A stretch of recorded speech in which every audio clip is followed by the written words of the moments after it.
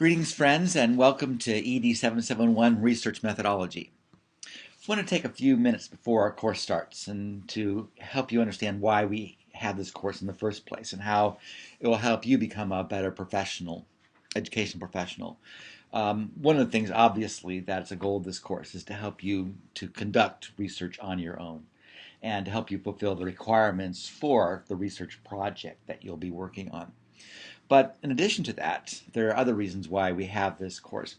And one of the main reasons is that it allows you to have an understanding of the research base that's at the foundation of our profession. All professions, doctors, lawyers, and others, have at their foundation a research foundation.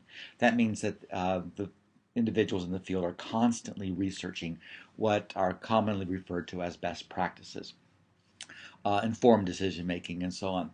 So what we want to do is be able to help you be able to have that same kind of skill set, not only to be able to conduct research, to be able to talk about it and understand it when you read it. Some of the best literature in the field has at its base various kind of research methodologies. And so when you read that literature, it's helpful for you to know what that foundation is, whether it's quantitative or qualitative, the various kind of quantitative analyses that are at the foundation of the implications that are made in an article or a presentation. We want you to be able to understand. And as a professional, then you be able to use that information, be able to make decisions. There's a term that I use that others use as well. We want to help you become data informed decision makers, not so much data driven decision makers, but data informed decision makers. We don't want data to drive us. Our mission drives us, but we certainly want to use data to inform that decision. One of the examples that I give about the difference between data driven and data informed is to think back to the parable of the Good Shepherd that Christ used in the gospel.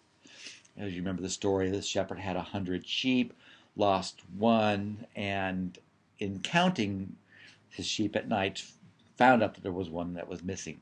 A data-driven decision maker would have said, okay, well, I've got 99, I'm not going to risk them for the sake of the one.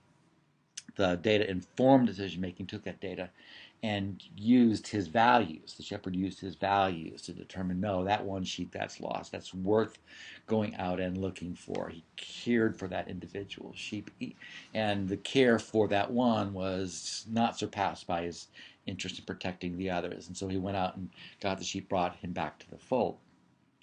That oftentimes will be the case. We will have decisions that are made, and the data will seemingly say to do one thing, but our values might come in conflict with that. And so we always are wanting to say as leaders that we are driven by our values and our mission. We use data to inform what decisions that we should make. But in this class, we're able to help you find out how to collect and process that data to help become a part of the decision-making process. A term that you'll see in educational research circles, what's called the cycle of error. You believe something to be true, and because you believe it to be true, then you interpret your experiences in light of what you believe.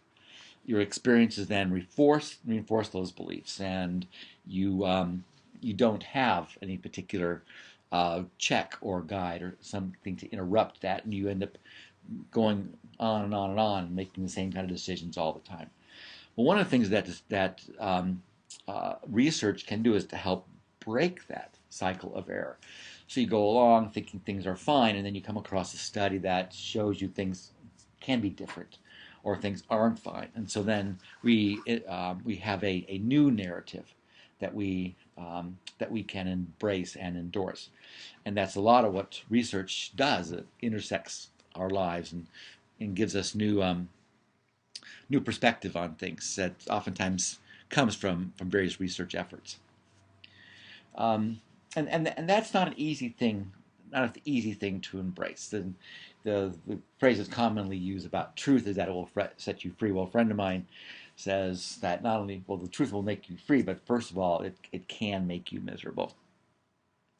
But we'll embrace that misery if it helps to lead to improvement in the places that we work. So this is a course that has at its foundation an understanding of the educational research process, both to be able to help you conduct research and also to be able to understand it and utilize that research in the course of exercising leadership in your field. At this moment, it'd be a good time for you to stop this particular video or soon afterwards and review the syllabus.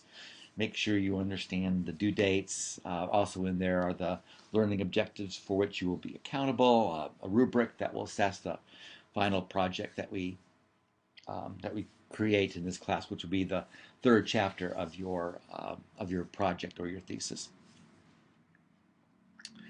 And finally, a word about this program called SPSS. It's a computer program, a statistical analysis program that you'll be required to purchase and install on your computer. The student version is $50 or $60, maybe $70 at the most, and it's good for 1 year, which will mean that you'll be able to use it for this course and then for whatever statistics you might be needing to complete for the completion of your project or your thesis. So you're responsible to purchase that and get that installed on your computer and to bring the computers to class every week.